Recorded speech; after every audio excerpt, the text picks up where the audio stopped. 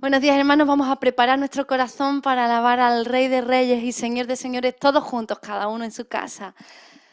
Recíbelo, Señor.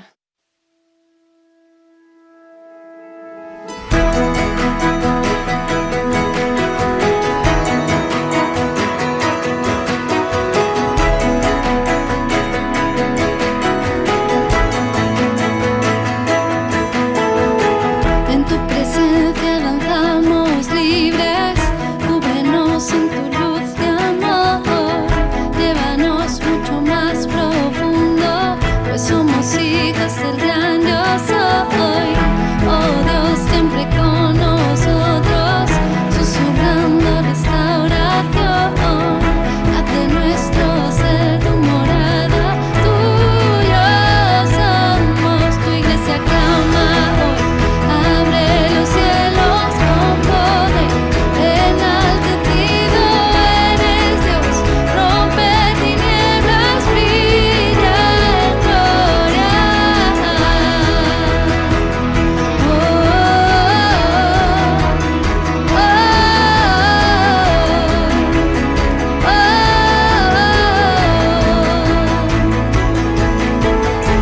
En tu presencia danzamos libres, cúbrenos en tu luz de amor, llévanos mucho más profundo, pues somos hijos del gran yo soy. Oh Dios, siempre con nosotros, susurrando restauración, haz de nuestro ser tu morada, tuyo somos, tu iglesia clama hoy. Abre los cielos con poder, enaltecido eres Dios, rompe tinieblas, brilla en gloria. Tu iglesia clama hoy. Abre los cielos con poder, enaltecido eres Dios, rompe tinieblas, brilla en gloria.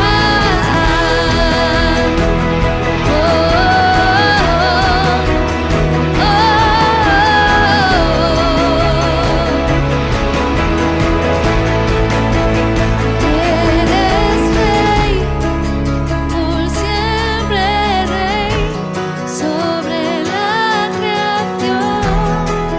Tú eres rey, tú eres rey, por siempre rey, sobre la creación. Tú eres rey, tú eres rey, por siempre rey, sobre la creación. Tú eres rey, tú eres rey, por siempre rey, sobre la creación. Tú eres rey, tú eres rey, por siempre rey, sobre la creación. Tú eres rey, tú eres rey, por siempre rey, sobre la creación. Tú eres rey, tú eres rey.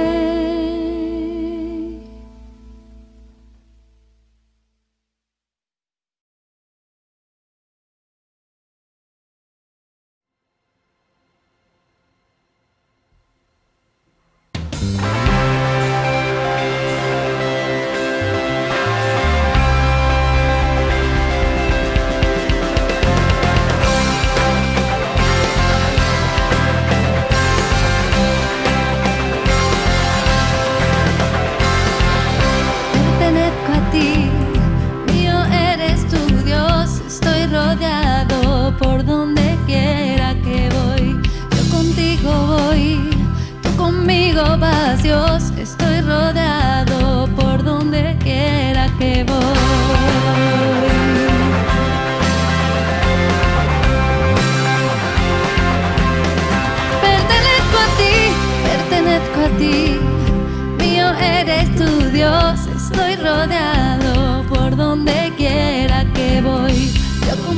contigo voy, tú conmigo vas, Dios, estoy rodeado por donde quiera que voy. Yo tuyo soy, mío eres tú. Oh, conmigo estás, solo no estoy, me das tu paz. Son las promesas que me das, tu misericordia me seguirá, me rodeará por donde voy, por donde quiera que voy.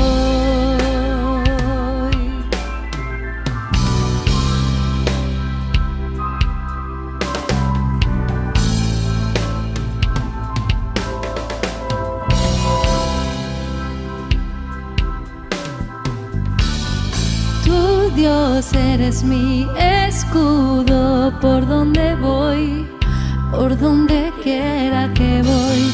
Tu Dios eres mi escudo, por donde voy, por donde quiera que voy. Tu Dios eres mi escudo, por donde voy, por donde quiera que voy. Tu gracia es mi escudo, por donde voy, conmigo estás. Solo no estoy, me das tu paz.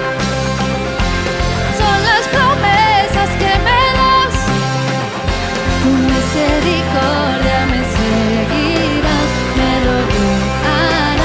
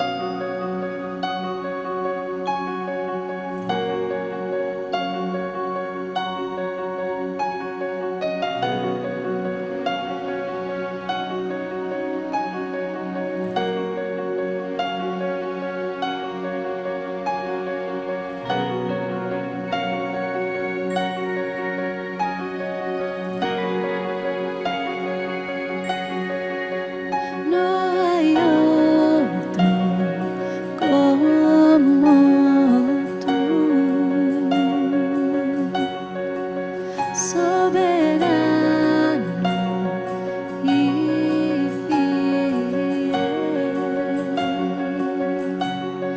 No hay otro como tú. Reinas sobre tierra y cielo. Eres Alfa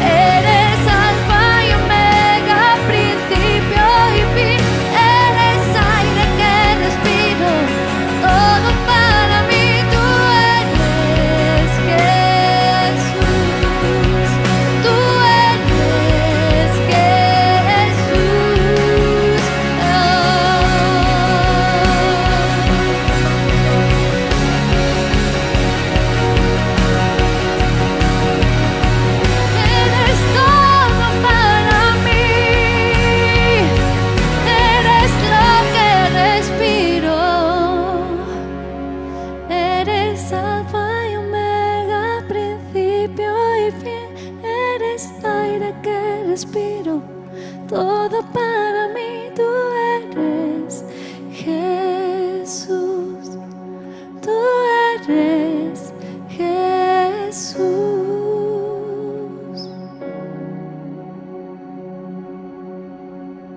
Eres aire que respiro, todo para mí. Tú eres Jesús.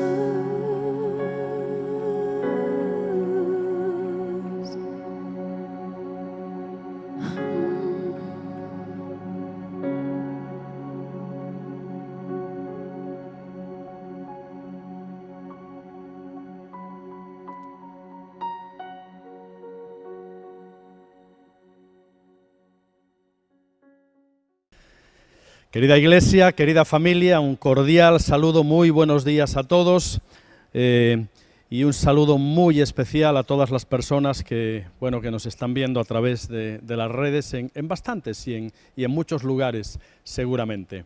Un fortísimo saludo. ¿Qué tal? ¿Qué tal? ¿Cómo estáis? Si estuviéramos presencialmente seguro que muchos diríais bendecido, en victoria, aleluya, ánimo, pero ¿sabes algo? ¿Sabes algo? No siempre estamos en la cresta de la ola. No siempre nos sentimos bendecidos, no siempre nos sentimos animados, no siempre nos sentimos como que estamos a tope, llenos de la presencia del Señor. No siempre es así. Y no tenemos que ser religiosamente correctos. No, hay momentos, hay situaciones, y más con la que está cayendo, donde de pronto pareciera como que una sombra de incertidumbre se cierne sobre el mundo entero. Hay circunstancias y hay momentos donde no brilla tanto el sol y donde parece que algunos nubarrones amenazan, ¿verdad?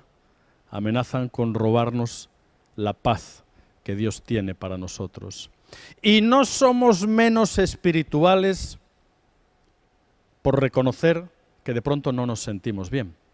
No somos menos espirituales por darnos cuenta de que de pronto no estamos sintiendo la presencia activa del Señor, de que no nos sentimos fortalecidos, ungidos, de que no sentimos ese motor, esa fuerza. No siempre es así. Y no siempre tenemos que estar así. Y hay que aprender a expresarlo. Y a ti, que estás ahí en tu casa, con tu historia, con tu situación, con tus limitaciones, a ti te digo hoy, no tengas miedo en expresarle al Señor aquello que haya en tu corazón, donde haya miedo, donde haya duda, donde haya incertidumbre. Eso es lo que hacía Pablo en los Salmos. Todos los salmos, en muchísimos casos, comienzan con expresiones de desaliento, con expresiones de queja, con expresiones de duda, porque Dios nos dio los sentimientos para que expresemos cómo se encuentra nuestra alma. Por tanto, es legítimo. Repito, amigos, no siempre estamos en la cresta de la ola. Papi, bendícenos en esta mañana, bendícenos en este tiempo, que tu presencia viva y eficaz esté en nosotros, que tu palabra sea compartida, predicada, recibida, asimilada y que nutra las vidas de todos los que la vamos a escuchar, Señor. Quédate siempre con nosotros, gracias por hacerlo, esa es una de tus grandes promesas, y bendícenos en este hermoso tiempo juntos, trabajando en el libro de los libros, en el libro de las eternidades y de los tiempos. Estamos en tus manos y en tu nombre santo oramos. Amén. Bueno, queridos, corría el año 1947. Allá en el desierto de Judea, un pastor se encargaba de sus ovejas. A la caída de la tarde, y cuando ya las llevaba de regreso al redil, se dio cuenta de que le faltaba una de ellas. Claro, como buen pastor, dejó las 99 y se dispuso a buscar a la oveja perdida. Cuenta la historia, es una historia real, que aquel pastor, avanzando por unas colinas, de pronto vio unos agujeros, unas cuevas, pensando que quizá la oveja se había caído por una cueva, lanzó una piedrecita con la esperanza de que el balido de la oveja le diera fe de que se había caído por la cueva. Sin embargo, lo que aquel hombre escuchó fue un sonido metálico, clink.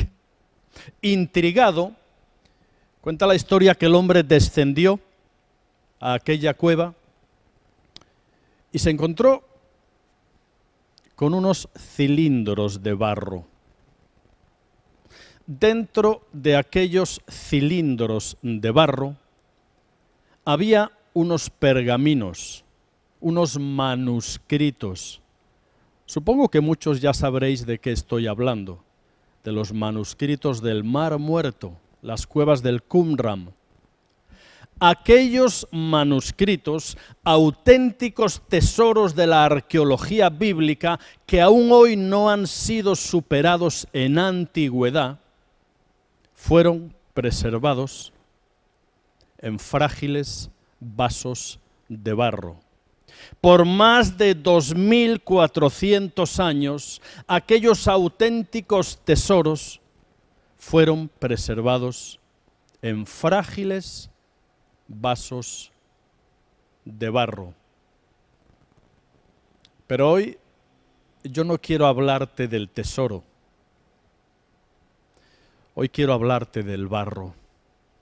Y en el versículo que todos conocemos seguramente muy bien, ahí en 2 de Corintios capítulo 4 y verso 7, dice la palabra: pero tenemos este tesoro en vasos de barro, para que la excelencia del poder sea de Dios y no de nosotros.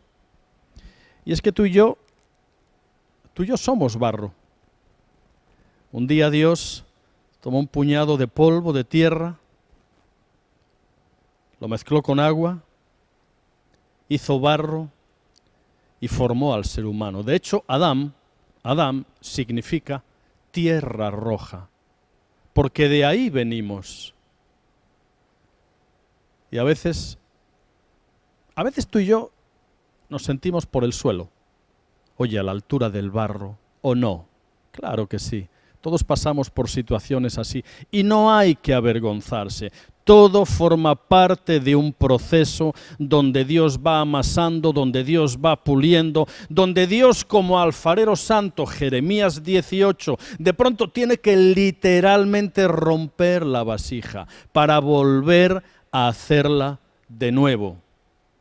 De manera que si estás triste o atribulado, mira, no te acontece nada extraño. De hecho, la palabra en este capítulo contempla esa posibilidad, no como la norma, pero hay excepciones y hay momentos puntuales donde la canción no suena y donde más bien suena el lamento o aún la queja, y es legítimo y Dios lo sabe. La palabra ahí dice: para que la excelencia del poder, claro, sea de Dios y no de nosotros, que estamos atribulados en todo. Fíjate, la palabra admite que podemos llegar a estar atribulados en todo, que podemos llegar a estar, dice aquí, en apuros, que podemos llegar a estar perseguidos, que podemos llegar a estar derribados, y todo eso forma parte del proceso y del trabajo y de la obra de Dios en nuestras vidas, porque no hay situación dolorosa, no hay momento de angustia, de apuro o de sentirnos derribados que Dios no utilice para enseñarnos grandes lecciones y para ir conformando el frágil vaso de barro que tú y yo somos. Hace muchos años, con María del Mar, paseábamos por Jerez de la Frontera y entonces vimos un taller de alfarería. y a la entrada tenía una inscripción, muy interesante. La inscripción decía así, referida al oficio del barro. Oficio noble y bizarro, entre todos el primero, pues en las artes del barro Dios fue el primer alfarero y el hombre el primer cacharro. ¡Qué gran verdad! Dios como alfarero santo obtuvo el primer cacharro vasto, de barro, frágil, y en él depositó un tesoro de incalculable valor. Pero está en vasos de barro, y tú y yo somos barro, no solo moldeable, también con impurezas que hay que quitar. Y en ese proceso, el alfarero santo, poquito a poco, va conformando la imagen que tiene de cada uno de nosotros. Por eso, qué importante considerar la palabra cuando dice que podemos estar perseguidos. Bueno, en realidad, para hacer honor al texto, tendríamos que decir, atribulados en todo, mas no angustiados, en apuros, mas no desesperados, perseguidos, mas no desamparados, derribados, pero no destruidos. Isaías dice, no quebrará la caña cascada, ni apagará el pábilo que humeare. Lo cual es tanto como admitir que a veces la caña se casca. Lo cual es tanto como admitir que a veces la lámpara no tiene mucha luz. Pero Dios es especialista de utilizar nuestras debilidades y de nuestros quebrantos y convertirlos en fortalezas. Porque en nuestra debilidad Él se goza, Él se completa y Él nos utiliza.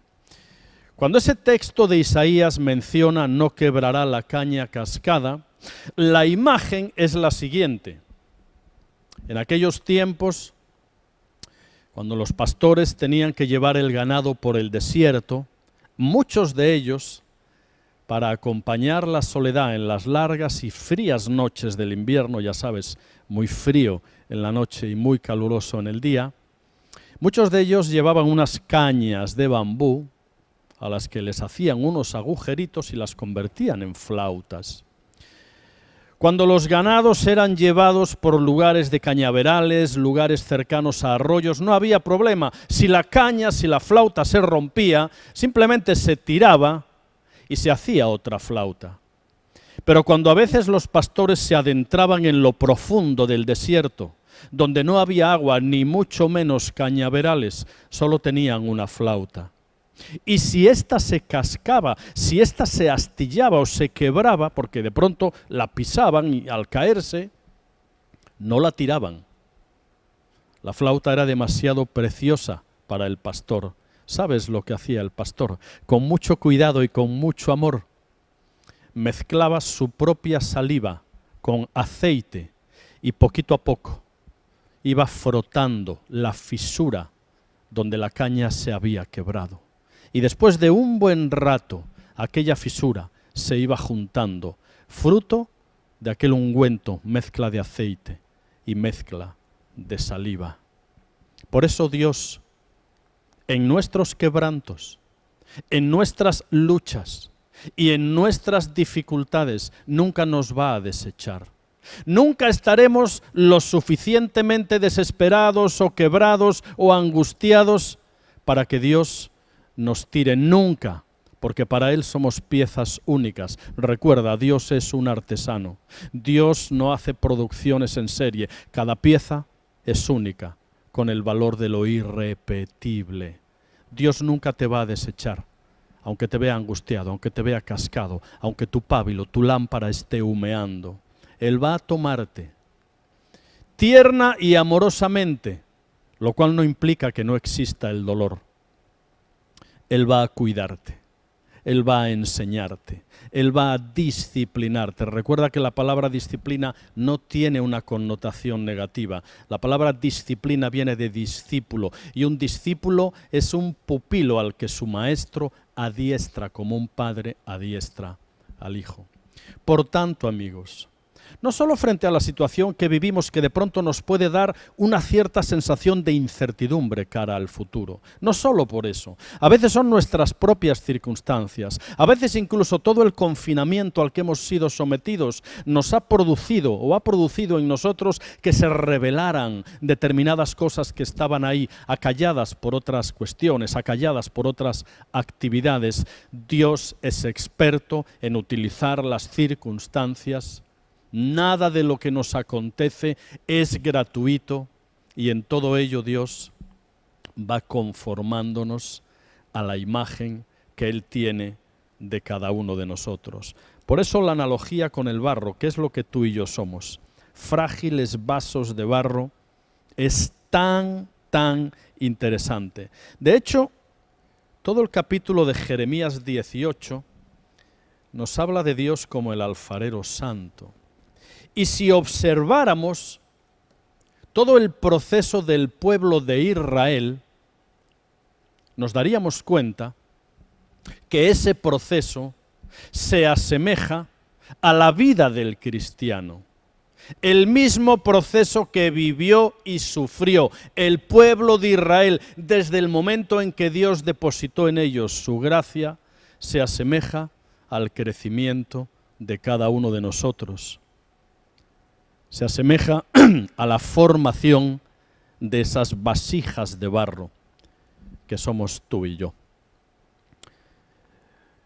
¿Sabes por qué Dios eligió al pueblo de Israel? Quizá porque era un pueblo guerrero, luchador, poderoso. ¿Fue por eso? No, Deuteronomio nos dice que Dios escogió precisamente al pueblo de Israel por ser el más insignificante de los pueblos. De hecho, cuando Dios escoge al pueblo de Israel, estos no eran sino un puñado de esclavos que vivían en Egipto, sometidos a la tiranía de los egipcios, porque eran sus esclavos. Era un pueblo destinado a levantarse por la mañana, hacer ladrillos de barro y paja, recibir latigazos para que los hicieran más aprisa y acostarse. Ese era el destino y esa era la realidad de la que el pueblo de Israel, el pueblo hebreo, parte cuando Dios decide convertirlo en la nación más poderosa, en la monarquía más poderosa de todos los tiempos. Y así comienza la historia. Aquel pueblo hebreo fue liberado, cruzaron el Mar Rojo, llegaron al desierto, después unos poquitos, casi toda la generación murió en el desierto, Josué y Caleb, cruzan el río Jordán y llegan finalmente a la tierra prometida. Y ese mismo proceso, vivido por el pueblo de Israel en su peregrinaje y en su caminar, la vasija que Dios quería formar en su pueblo, comenzó con un puñado de esclavos y terminó con el templo de Israel, como la culminación de una obra que Dios comenzó con un puñado de esclavos. Y al igual que el pueblo de Israel, tú y yo, también estábamos sometidos a la esclavitud del pecado. De alguna forma, Egipto simboliza en la vida de cada uno de nosotros nuestra lejanía de Dios. Egipto simboliza en la vida de cada uno de nosotros la esclavitud al pecado del que todos venimos.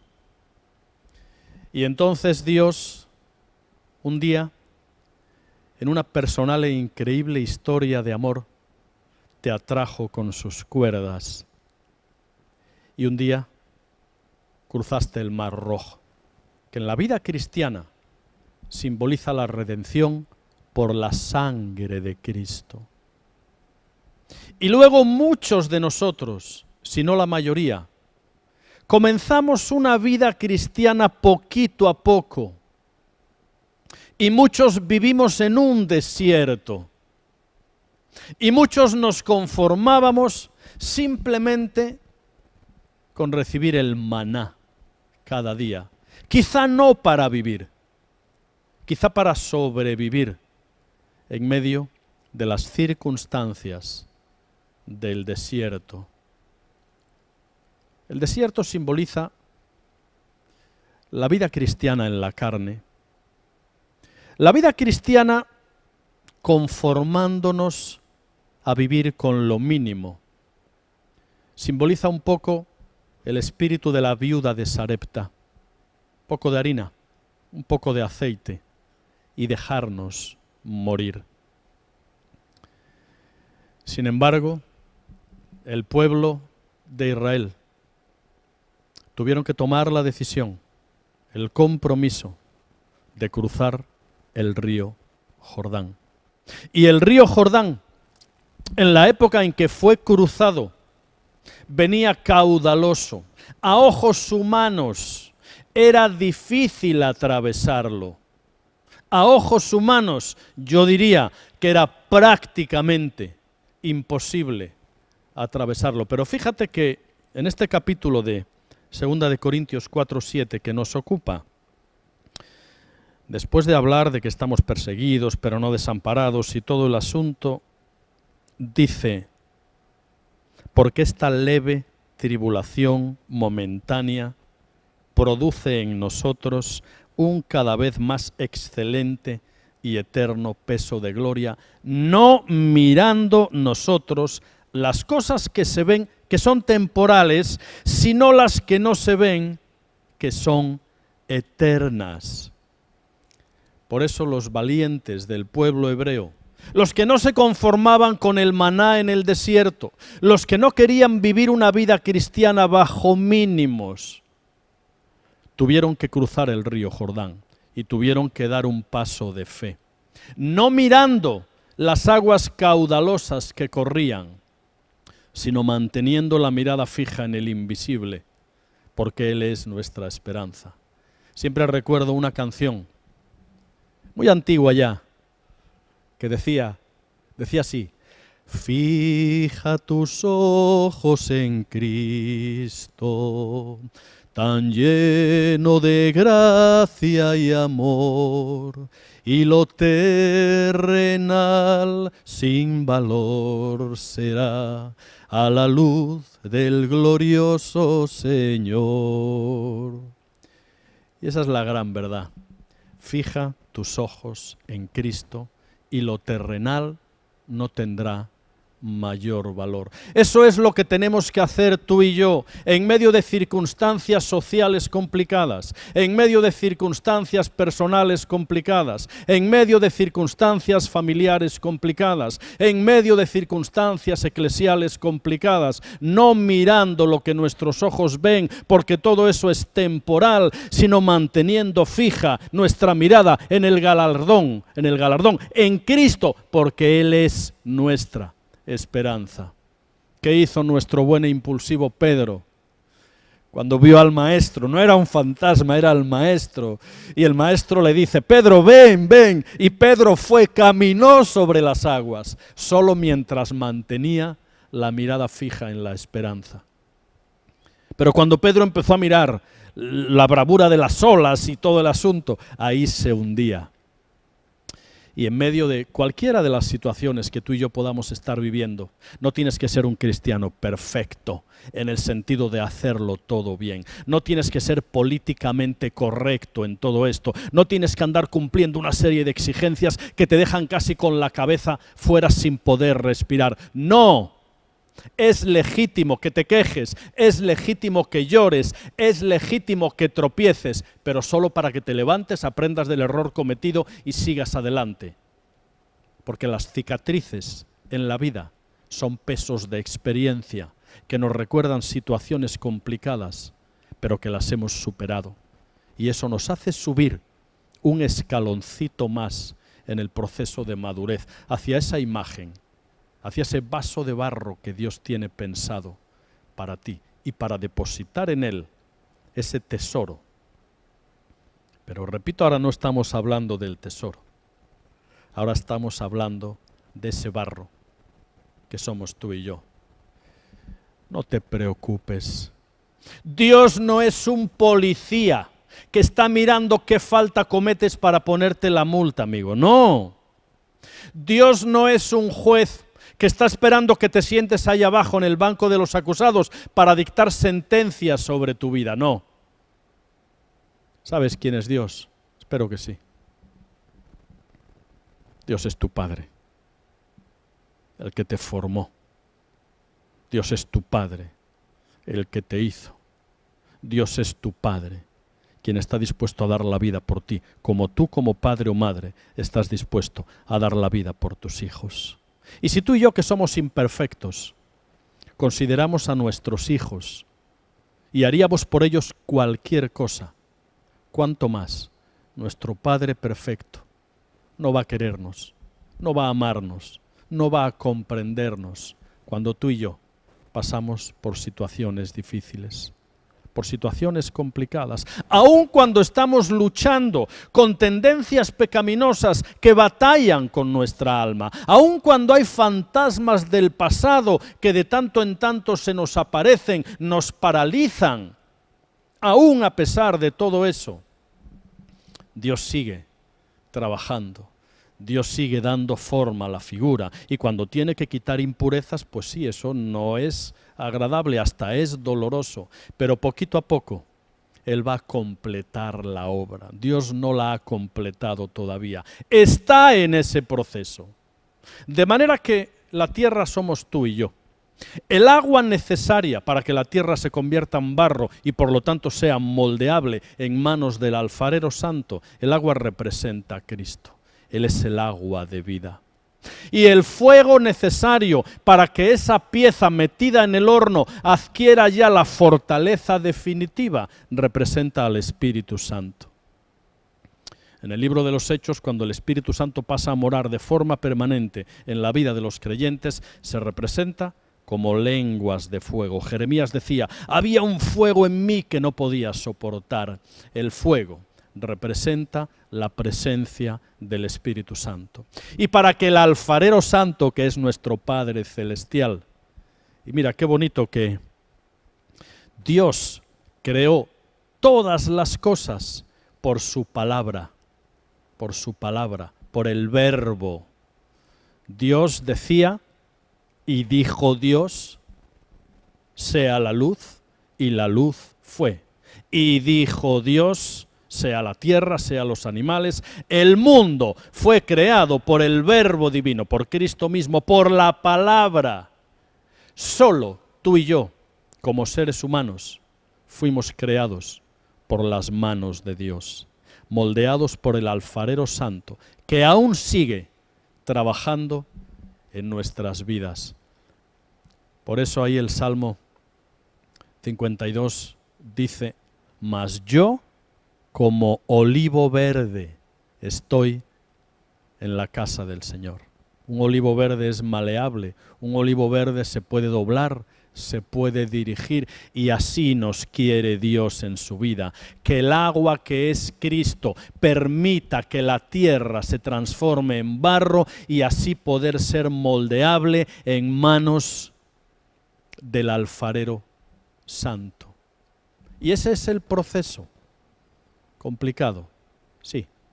Difícil, por supuesto. Doloroso, seguro, pero lo bueno cuesta. Lo bueno cuesta.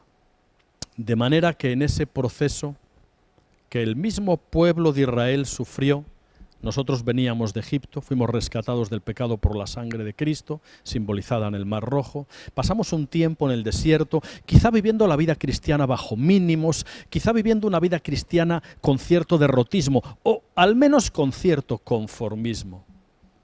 Pero llega un momento en nuestras vidas que hay que cruzar el río Jordán. Y a veces hay que cruzarlo en momentos sucesivos de nuestra vida, cuando hay que asumir compromisos para dejar atrás cosas que no convienen, actitudes, pensamientos, limitaciones. Aún pecados con los que vamos consintiendo y que nos van atrapando y con los que vamos tropezando. Hay que ir cruzando el Jordán. El primer paso es nuestro, claro. Dios nunca opera sin que nosotros hagamos lo que podemos. Por una razón muy simple. Porque Dios, hermanos, Dios no es un Dios de posibles. Dios es un Dios de imposibles. Lo posible pide que tú lo hagas. Y cuando tú haces lo posible, Él hace lo imposible.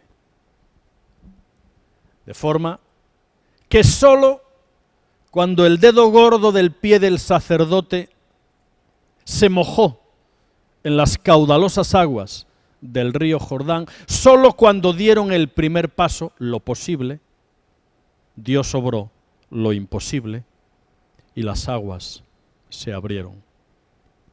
Y llegaron a la tierra prometida. Ya podían descansar, ya habían llegado, ya podían sentirse tranquilos, ya estaban en la tierra que fluía leche y miel. Pero no fue así. Tuvieron que enfrentarse a muchos pueblos, tuvieron que librar muchas batallas. ¿Recuerdas el primer pueblo con el que se tuvo que enfrentar el pueblo después de cruzar el río Jordán? Claro, tuvieron que enfrentarse con un pueblo que tenía unas murallas, ¿verdad? Tenía unas murallas muy altas, las murallas de Jericó. ¿Cómo aquel pueblo, acostumbrado a vivir en esclavitud y por lo tanto no pertrechados con ningún aparato bélico, no acostumbrados a guerras porque ya estaban en esclavitud y en todo caso de otros pueblos ya les defendían sus amos los egipcios? ¿Cómo lograron derribar las murallas de Jericó? ¿Qué utilizó Dios? ¿Sabes qué utilizó? Lo poco que tenían. No era un pueblo guerrero, por lo tanto no tenían armaduras, no tenían ingenios mecánicos para derribar las murallas, ni catapultas, ni cosas de ese tipo. ¿Sabes lo único que tenía aquel pueblo hebreo? Porque eso sí, les gustaba cantar. Lo único que tenían eran sus voces y unas cuantas trompetitas. Dios mío, pero qué impropio. Unas voces y unas trompetas para derribar las murallas. Pero ¿sabes el principio aquí? Lo poco que tienes, por impropio que te parezca, si lo pones todo en las manos del Señor, poco en las manos del Señor es más que suficiente. Y lo que tú tienes, por impropio que te parezca, si lo pones todo en las manos del Señor, si haces lo posible, por poco que tengas, a Dios le da igual si tienes un talento, si tienes 5, la recompensa es la misma. Dios quiere que lo pongas a su servicio. Dios prefiere las 2 blancas de la viuda al sueldo del fariseo. Por eso aquel pueblo, no acostumbrado a guerras ni a estrategias militares, lo único que tenían eran sus voces y unas trompetas, pero como lo único que tenían lo pusieron en las manos del Señor, Dios utilizó lo poco que tenían y las murallas fueron derribadas. Qué tremendo, ¿verdad? Y las murallas fueron derribadas. ¿Sabes? Bueno, en realidad Dios no nos pide mucho. Nos lo pide todo. No nos pide mucho, nos lo pide todo. Y cuando lo poco que somos lo ponemos en las manos del Señor, se obra el milagro, porque poco en las manos del Señor es siempre mucho. Bueno, puedes decirme, pero es que yo no soy como David, yo no soy como Moisés, fueron grandes hombres de Dios. Eso es una excusa. ¿Tú sabes lo que tenía David? David era el menor de sus hermanos, el más insignificante. En la cultura hebrea, el heredero principal y el hijo principal era el primogénito. Todo lo que venía por detrás, hasta el último, eran los menos. Y cuando Dios comisiona a David, sin que éste lo supiera, y cuando David tiene que enfrentarse a Goliat, ¿sabes lo que tenía David? David no tenía armadura, ya Saúl se la quiso poner, pero él no se manejaba con esa cosa. David no tenía ninguna de las más modernas armas militares con las que sí contaba Saúl, por cierto. No tenía nada de eso. Lo único que tenía David, lo único que sabía hacer aquel jovencito pastor era en la montaña, guardar el rebaño de su papá Isaí, y lo único que tenía era 3 piedras y una honda. Pero qué impropio, 3 piedras y una honda contra aquel inmenso gigantón pertrechado con su armadura, su espada y su yelmo. Pero qué impropio a ojos humanos. El principio es que lo poco que tenía David lo puso en las manos del Señor y le creyó a él. Y Dios obró el milagro. Poco en las manos del Señor es siempre mucho. Y Goliat fue derribado. El gran Moisés, podíamos decir. ¿Sabes qué tenía Moisés? Moisés solo tenía un bastón. Él había renunciado a la gloria de Egipto. Él había renunciado a ser probablemente el siguiente faraón. Y se fue al desierto. Solo tenía una vara. Solo tenía una vara. Y con ella tenía que liberar al pueblo hebreo de las manos del imperio más grande de aquellos tiempos. Pero lo poco que tenía, por impropio que pareciera, lo puso en las manos de Dios. Y con aquella vara se abrieron las aguas. Con aquella vara salió agua de la peña. Y con aquella vara liberó al pueblo hebreo. ¿Qué tenían los discípulos cuando de pronto Jesús les dice que alimenten a la multitud? 5 peces y 3 panes para alimentar a más de 5.000. Dios mío, pero qué impropio a ojos humanos. Pero el principio es que lo poco que tenían, por impropio que pudiera parecer, lo pusieron en las manos del Señor. Y Dios obró el milagro, porque poco en las manos del Señor es siempre mucho. Dios pide de nuestros frágiles vasos de barro que seamos capaces de entender que Dios ha depositado en cada uno de nosotros de forma única, personal e intransferible dones, capacidades que se convierten en el tesoro que tenemos que aprender a dar a otros. Esa es la clave de una vida cristiana exitosa. No mirar nuestro débil vaso de barro, no mirar nuestras imperfecciones, no andar mirándonos el ombligo diciendo qué poco tenemos, qué poco somos, yo no soy como este. No, nunca te compares, eres una pieza única con el valor de lo intransferible. Dios es un artesano.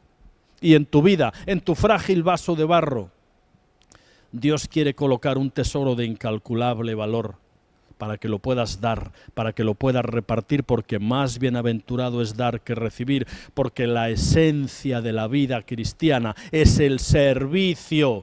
Quien no vive para servir, no sirve para vivir. Y es cuando nos entregamos, cuando damos, cuando yo puedo darle una llamada a un amigo que sé que está en apuros y le traigo una palabra de consuelo, cuando puedo llevarle alimento al que no tiene, cuando puedo al cansado y al débil acompañarlo en su debilidad o en su cansancio, cuando puedo ejercitarme como padre y bendecir a mis hijos, o como madre, como esposo, como esposa, como hermano en la iglesia, cuando hay palabras de aliento. Eso es lo que Dios demanda de nosotros, de nuestros frágiles vasos de barro, y para que Él nos pueda utilizar.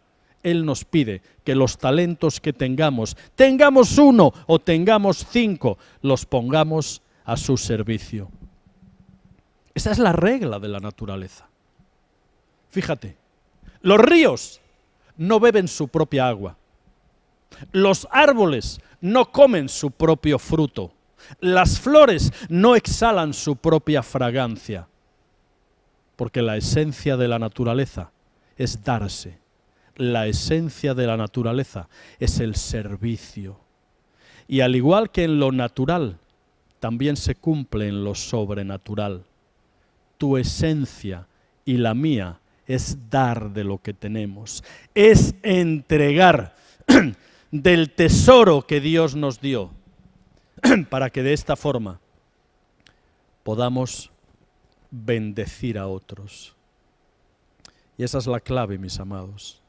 Una vida de entrega, una vida de servicio, en lo poquito que podamos aportar. Cuando la Iglesia comienza su andadura en el libro de los Hechos, el versículo central, Hechos 1:8, dice: pero me seréis testigos en Jerusalén, Judea, Samaria y hasta lo último de la tierra. Hay que empezar por el principio. Nuestra primera Jerusalén es nuestro hogar. Luego vendrán otras cosas. Pero en primer lugar, donde hay que dar la talla, donde tenemos que dar el tesoro, que vienen frágiles vasos de barro, pero que ponemos al servicio del Señor, tiene que ser en primer lugar en nuestro hogar, en nuestra familia y en nuestras responsabilidades como padre, madre, esposo, esposa. Es ahí donde tenemos que aprender a dar la talla, donde tenemos que dar lo mejor de nosotros mismos. Y ya para finalizar, el mayor tesoro que tuvo nunca el pueblo de Israel se contenía en el arca del pacto. El arca del pacto simbolizaba la misma presencia de Dios. Y en el arca del pacto había tres cosas: la vara de Aarón reverdecida, una muestra del maná y las tablas de la ley. Y tú y yo, en nuestra búsqueda de la presencia de Dios, porque es ahí, en la búsqueda de la presencia de Dios, donde nos es otorgada la energía para dar de lo que tenemos, energía que hay que buscar cada día. La batería de los cristianos es muy cortita, necesita enchufarse constantemente a la energía de la presencia de Dios. Y para enchufarnos ahí, tenemos que darnos cuenta de que en esa presencia de Dios justo estaba el maná, que simboliza la comida espiritual diaria. Lo primero que tiene que entrar en nuestra mente y en nuestra vida es la palabra de Dios. La vara de Aarón reverdecida simboliza que continuamente, era una vara de almendro, el primer árbol que florece, simboliza que continuamente tenemos que estar dando fruto para Dios, porque existimos para bendecir y para dar. Y las tablas de la ley simbolizan el código de honor, los valores y los principios que tienen que caracterizar tu vida y la mía en una sociedad sin valores, sin códigos de honor y sin principios. Y es ahí, con el maná, la presencia de Dios, con el fruto y con los principios, que tu vida y la mía pueden ser usadas. Y estos frágiles vasos de barro de pronto contienen un tesoro de incalculable valor que esta sociedad necesita, porque viven sin esperanza y más con la que está cayendo. Por eso tú y yo somos portadores de la única esperanza con la que poder bendecir a esta humanidad. De manera, amados, que lo que tenemos que hacer es no mirarnos tanto a nosotros mismos, no mirar lo que no tenemos y ver lo que sí tenemos.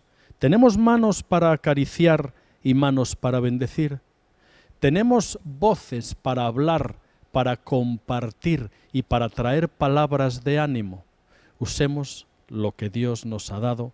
No te preocupes si te crees poca cosa, entrégate por completo y al igual que en la historia bíblica, Dios obrará el milagro, porque poco en sus manos es siempre mucho. Oramos. Padre, en esta mañana, gracias por tu palabra, por tus principios, por tu esperanza. Sí, somos frágiles vasos de barro y seamos muy conscientes de que sin ti estamos condenados a la destrucción, a la limitación, a la angustia, a la desesperación, pero contigo, con tu tesoro en nuestros corazones, nos convertimos en los instrumentos, en las vasijas de barro que tú quieres utilizar para bendecir y traer esperanza a otros. Padre, ayúdanos a entender que es desde la búsqueda de tu presencia, que es desde el dar fruto de aquello que tenemos, repartir, bendecir, y que es desde llevar vidas caracterizadas por principios y por valores que aunque tropecemos, que lo vamos a hacer, nos levantemos, pidamos perdón y aprendamos del error. Ayúdanos a vivir en tu gracia, no en la ley que nos limita, que nos exige, que no damos la talla, no. A vivir en tu gracia, a descansar en tus brazos. Tú nunca nos culpas, nos disciplinas, que es muy contrario, pero tu disciplina siempre es amante y siempre tiene el propósito de ir conformándonos en esa vasija que tú tienes preparada para cada uno de nosotros. Tu bendición sobre cada una de las personas que hoy nos escuchan, sobre su ser interior, sobre sus luchas, limitaciones, preocupaciones, angustias. Trae tu bálsamo y tu aceite a la vida de cada persona y familia aquí representada. Y tu paz y tu esperanza sobre la iglesia del Sembrador, para que siga siendo luz en medio de esta oscuridad. Gracias por tu gracia y por tu presencia. En el poderoso nombre de Jesús. Amén, amén y amén. Que Él los bendiga.